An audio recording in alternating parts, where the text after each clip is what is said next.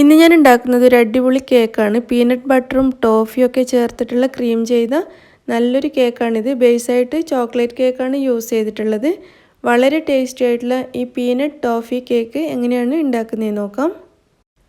ആദ്യം തന്നെ നമുക്കിതിന് വേണ്ടിയിട്ടുള്ള ടോഫി റെഡിയാക്കാം, അതായത് ദുൽസെ ദേ ലെച്ചെ.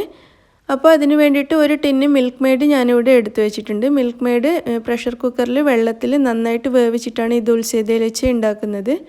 അപ്പോൾ നിങ്ങൾക്ക് ഇതിൻ്റെ പുറത്തുള്ള കവറ് പൊളിക്കാൻ കഴിയുന്നതാണെങ്കിൽ പൊളിച്ചിട്ടെടുക്കുക. ഇതിപ്പോൾ എനിക്ക് കിട്ടിയിരിക്കുന്ന മിൽക്ക് മെയ്ഡിൻ്റെത് പൊളിച്ചെടുക്കാൻ പറ്റുന്നില്ല. അതൊരു പെയിൻറ്റ് ചെയ്ത പോലെയാണുള്ളത്. അതുകൊണ്ട് തന്നെ ഞാനത് കളയുന്നില്ല. അതോടുകൂടി തന്നെ ഈ പ്രഷർ കുക്കറിലേക്ക് വെച്ച് കൊടുക്കുകയാണ്. പ്രഷർ കുക്കറിൽ ഈ മിൽക്ക് മെയ്ഡ് വെച്ചിട്ട്, അതായത് സ്വീറ്റ് ആൻഡ് കണ്ടൻസ്ഡ് മിൽക്കാണ്. അപ്പോൾ ഇതിൽ കണ്ടൻസ്ഡ് മിൽക്ക് മുങ്ങി നിൽക്കുന്ന രീതിയിൽ വെള്ളം ഒഴിച്ചു കൊടുക്കുക. ഈ ടിന്നിൻ്റെ അല്പം മുകളിലായിട്ട് വെള്ളം നിൽക്കണം. അത്രയും വെള്ളം ഒഴിച്ചിട്ട് നമുക്ക് ഈ പ്രഷർ കുക്കർ അടച്ച് വെയിറ്റ് ഇട്ടതിന് ശേഷം അടുപ്പത്തേക്ക് മാറ്റാം. ഞാനിത് അടുപ്പത്തേക്ക് മാറ്റിയിട്ടുണ്ട്. ഇത് ഒരു വിസിൽ വരുന്നത് വരെ ഹൈ ഫ്ലെയിമിൽ വെച്ചിട്ട് വേവിക്കാം. ഒരു വിസിൽ വന്നതിന് ശേഷം അരമണിക്കൂർ മുതൽ 3/4 മണിക്കൂർ വരെ ചെറിയ തീയിൽ വേവിച്ചെടുക്കുക. നമുക്കിത് വിസിൽ വരുന്നത് വരെ വെയിറ്റ് ചെയ്യാം. ഇതിപ്പോൾ ഒരു വിസിൽ വന്ന് കഴിഞ്ഞിട്ടുണ്ട്. ഇനി നമുക്കിതിൻ്റെ ഫ്ലെയിം കുറച്ച് ലോ ഫ്ലെയിമിൽ ഇട്ട് കൊടുക്കാം. ഇതിൻ്റെ ഫ്ലെയിം കുറച്ച് കൊടുത്തിട്ടുണ്ട്. ഇനി ഇത് നമുക്കൊരു അരമണിക്കൂർ മുതൽ 3/4 മണിക്കൂർ വരെ, ഏകദേശം ഒരു അരമണിക്കൂർ തന്നെ മതിയാവും. അത്രയും സമയം നമുക്കിത് ലോ ഫ്ലെയിമിൽ നന്നായിട്ട് വേവിച്ചെടുക്കാം. അരമണിക്കൂർ വേവിച്ചതിന് ശേഷം ഞാൻ ഈ കുക്കർ ഓഫ് ചെയ്തിട്ടുണ്ടായിരുന്നു. ഇതിൻ്റെ ആവിയെല്ലാം പോയിട്ടുണ്ട്. നമുക്കിത് തുറന്ന് നോക്കാം. നമ്മുടെ കണ്ടൻസ്ഡ് മിൽക്ക് നന്നായിട്ട് വെന്തിട്ടുണ്ടാവും. നമുക്കിത് ഈ വെള്ളത്തിൽ നിന്നും പുറത്തേക്ക് എടുത്ത് വെക്കാം. എന്നിട്ടിത് നന്നായിട്ട് തണുക്കുന്നത് വരെ വെയിറ്റ് ചെയ്യാം. നന്നായിട്ട് തണുത്തതിന് ശേഷം മാത്രമേ ടിന്ന് തുറക്കാവൂ. നമുക്കിത് പുറത്തെടുത്ത് വെച്ചിട്ട് 1 മണിക്കൂറെങ്കിലും എടുക്കും ഇത് നന്നായിട്ട് തണുത്ത് വരാൻ. അത്രയും സമയം കഴിഞ്ഞിട്ട് നമുക്കിത് തുറന്ന് നോക്കാം. ഇതിപ്പോൾ നന്നായിട്ട് തണുത്തിട്ടുണ്ട്. ഇത് നമുക്ക് തുറന്ന് നോക്കാം.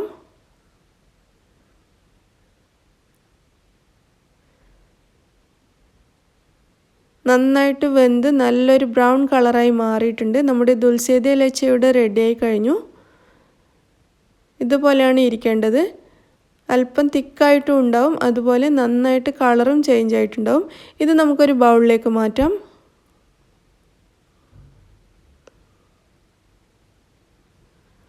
മുഴുവൻ ടോഫിയും ബൗളിലേക്ക് മാറ്റിയിട്ടുണ്ട്. ഇത് നമുക്കിനി നന്നായിട്ടൊന്ന് ബീറ്റ് ചെയ്തെടുക്കാം. ഇത് നമുക്ക് കേക്കിൻ്റെ മുകളിൽ പുരട്ടണമെങ്കിൽ ഇതുപോലൊന്ന് സ്മൂത്താക്കി എടുക്കണം, അല്ലെങ്കിൽ ഇതൊരു കട്ട പിടിച്ചതുപോലെ ഉണ്ടാവുക. നമുക്ക് കേക്കിൻ്റെ മുകളിൽ ചെയ്യാൻ ബുദ്ധിമുട്ടായിരിക്കും. ഇതുപോലെ ബീറ്റ് ചെയ്തിട്ട് ഇത് നന്നായിട്ടൊന്ന് സ്മൂത്താക്കി എടുക്കാം.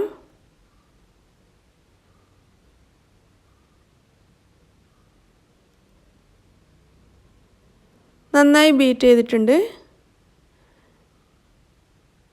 ഈ ടോഫി ഇപ്പോൾ നല്ലൊരു ക്രീമിയായി മാറിയിട്ടുണ്ട്. ഇത് നമുക്കിവിടെ മാറ്റി വെക്കാം.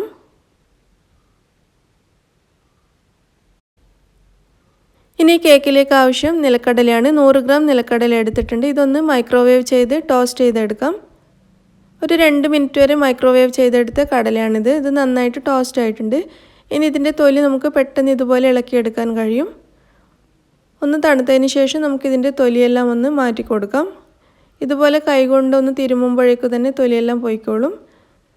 തൊലി കളഞ്ഞതിന് ശേഷം ഞാൻ ഈ നിലക്കടല ഒരു പ്ലാസ്റ്റിക് കവറിൽ ഇട്ടിട്ടുണ്ട്. ഇത് നമുക്ക് ഇതുപോലെ ഒന്ന് നുറുക്കിയെടുക്കാം. ഇതുപോലെ റോളർ വെച്ചിട്ടോ എന്തെങ്കിലും സാധനം ഉപയോഗിച്ച് ഇതുപോലെ ഒന്ന് നുറുക്കിയെടുക്കാം. കൂടുതൽ പൊടിഞ്ഞു പോകണ്ട, ഒന്ന് നുറുക്കിയെടുത്താൽ മാത്രം മതി. ഇതിവിടെ റെഡി ആയിട്ടുണ്ട്. ഇതും നമുക്കിവിടെ മാറ്റി വെക്കാം. ഞാൻ ഈ ബൗളിൽ 1/2 കപ്പ് വിപ്പിംഗ് ക്രീം എടുത്തിട്ടുണ്ട്. ഇത് നമുക്ക് നന്നായിട്ടൊന്ന് ബീറ്റ് ചെയ്ത് പതപ്പിച്ചെടുക്കാം. നല്ല സ്റ്റിഫായിട്ട് വരുന്നത് വരെ നന്നായിട്ടൊന്ന് ബീറ്റ് ചെയ്തെടുക്കാം.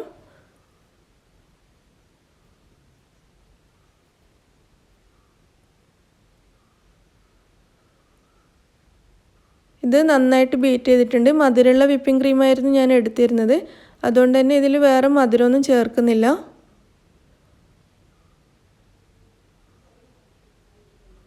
ഇനി ഇതിലേക്ക് നമുക്ക് പീനട്ട് ബട്ടർ ചേർക്കണം.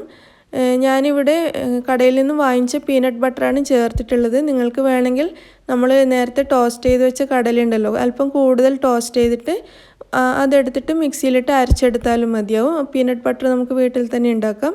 ഞാനിവിടെ 3 ടേബിൾ സ്പൂൺ പീനട്ട് ബട്ടറാണ് യൂസ് ചെയ്യുന്നത്. പീനട്ട് ബട്ടർ ഈ വിപ്പിംഗ് ക്രീമിലേക്ക് ചേർത്തിട്ട് അതും കൂടി നന്നായിട്ടൊന്ന് ബീറ്റ് ചെയ്തെടുക്കുക.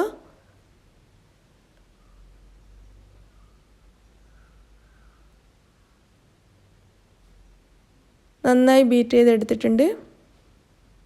ഇത് നമുക്കിനി ഫ്രിഡ്ജിൽ അരമണിക്കൂർ വെച്ചിട്ട് നന്നായിട്ടൊന്ന് തണുപ്പിച്ചെടുക്കാം. അരമണിക്കൂറിന് ശേഷം നമുക്ക് ഇതിൻ്റെ ക്രീം ചെയ്യാൻ തുടങ്ങാം. ഞാൻ ഇതിന് വേണ്ടിയിട്ട് ഒരു ചോക്ലേറ്റ് കേക്കാണ് എടുത്തിട്ടുള്ളത്. നല്ല സോഫ്റ്റ് ആയിട്ടുള്ള ചോക്ലേറ്റ് കേക്കാണ്. ചോക്ലേറ്റ് കേക്ക് ഉണ്ടാക്കുന്ന വീഡിയോ ഞാൻ മുന്നേ അപ്ലോഡ് ചെയ്തിട്ടുണ്ട്. ഞാനതിൻ്റെ ലിങ്ക് ഡിസ്ക്രിപ്ഷൻ ബോക്സിൽ കൊടുക്കാം. അതുപോലെ ഞാൻ ബ്ലാക്ക് ഫോറസ്റ്റ് കേക്ക് ഉണ്ടാക്കിയ സമയത്തും ഒരു ചോക്ലേറ്റ് കേക്ക് കാണിച്ചിരുന്നു. അതും നല്ല സോഫ്റ്റ് കേക്കാണ്. ചോക്ലേറ്റ് കേക്കിൻ്റെ റെസിപ്പി വേണമെന്നുള്ളവർക്ക് അത് നോക്കിയിട്ട് ഉണ്ടാക്കാം. അതിൻ്റെ രണ്ടിൻ്റെയും ലിങ്ക് ഞാൻ ഡിസ്ക്രിപ്ഷൻ ബോക്സിൽ കൊടുക്കാം. അരമണിക്കൂർ ഫ്രിഡ്ജിൽ വെച്ചതിന് ശേഷം പുറത്തേക്ക് എടുത്ത ഈ ക്രീം നമുക്ക് ഈ കേക്കിൻ്റെ മുകളിൽ നന്നായിട്ടൊന്ന് സ്പ്രെഡ് ചെയ്ത് കൊടുക്കാം. മുകളിലും സൈഡിലൊക്കെ ആയിട്ട് ക്രീം നന്നായിട്ടൊന്ന് ചെയ്ത് കൊടുക്കാം. എല്ലാ ഭാഗത്തും നന്നായിട്ട് ക്രീം ചെയ്തതിന് ശേഷം നമുക്കിത് വീണ്ടും ഫ്രിഡ്ജിലേക്ക് മാറ്റിയിട്ട് അരമണിക്കൂർ വെക്കാം. അതിനുശേഷം പുറത്തേക്ക് എടുത്തിട്ട് അതിൻ്റെ മുകളിൽ ടോഫി ചെയ്ത് കൊടുക്കാം. വീണ്ടും ഞാനിത് അരമണിക്കൂറിന് ശേഷം പുറത്തേക്ക് എടുത്തിരിക്കുകയാണ്. ഇതിൻ്റെ മുകളിൽ നമ്മൾ നേരത്തെ റെഡിയാക്കി വെച്ച ദുൽസേദ ഇലച്ചി വെച്ച് കൊടുത്തിട്ട് എല്ലാ ഭാഗത്തും ഒരേപോലെ ഒന്ന് സ്പ്രെഡ് ചെയ്ത് കൊടുക്കാം.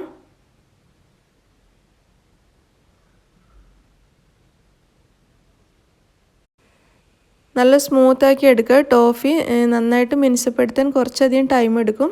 ഇതിവിടെ റെഡി ആയിട്ടുണ്ട്. ഇനി ഇതിൻ്റെ മുകളിൽ നമ്മൾ നേരത്തെ റെഡിയാക്കി വെച്ച നിലക്കടല നുറുക്കിയത് വെച്ച് കൊടുക്കാം. ഈ നിലക്കടലയുടെ ടേസ്റ്റ് ഇഷ്ടമുള്ളവർ ഇത് ചെയ്താൽ മതി, നിർബന്ധമില്ല. കാരണം നമ്മൾ നേരത്തെ പീനട്ട് ബട്ടർ ചേർത്തതുകൊണ്ട് പീനട്ടിൻ്റെ നല്ല ഫ്ലേവർ അതിൽ തന്നെ ഉണ്ടാവും. അതുകൊണ്ട് ഈ നിലക്കടല കഴിക്കാൻ ഇഷ്ടമില്ലാത്തവരാണെങ്കിൽ ആ സ്റ്റെപ്പ് അങ്ങ് ഒഴിവാക്കിയാൽ മതി, നിർബന്ധമുള്ള കാര്യമല്ല. ഞാനിതിൻ്റെ എല്ലാ ഭാഗത്തും നിലക്കടല നന്നായിട്ട് വെച്ച് കൊടുത്തിട്ടുണ്ട്. ഇനി നമ്മൾ ഇതിൻ്റെ അടിയിൽ വിരിച്ച ബട്ടർ പേപ്പർ അങ്ങ് മാറ്റി കൊടുക്കാം. എന്നിട്ട് നമുക്കിത് വീണ്ടും ഫ്രിഡ്ജിലേക്ക് വെക്കണം. ഫ്രിഡ്ജിൽ അരമണിക്കൂർ കൂടി വെച്ചതിന് ശേഷം നമുക്ക് ഈ കേക്ക് എടുത്ത് കട്ട് ചെയ്യാം. അരമണിക്കൂറിന് ശേഷം ഞാൻ ഈ കേക്ക് ഫ്രിഡ്ജിൽ നിന്നും പുറത്തേക്ക് എടുത്തതാണ്. ഇനി നമുക്കിതൊന്ന് കട്ട് ചെയ്തെടുക്കാം.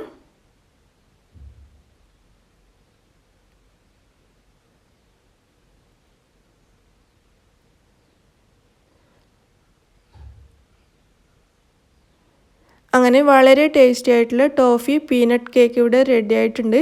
വളരെ ടേസ്റ്റി ആയിട്ടുള്ള കേക്കാണ്. നമ്മൾ സാധാരണ ഉണ്ടാക്കുന്ന കേക്കിനേക്കാളൊക്കെ എത്രയോ ടേസ്റ്റാണ് ഇതിന്. നിങ്ങളെല്ലാവരും ഇത് ട്രൈ ചെയ്ത് നോക്കണം. ഈസി ആയിട്ട് ആർക്കും ഇത് വീട്ടിലുണ്ടാക്കാം.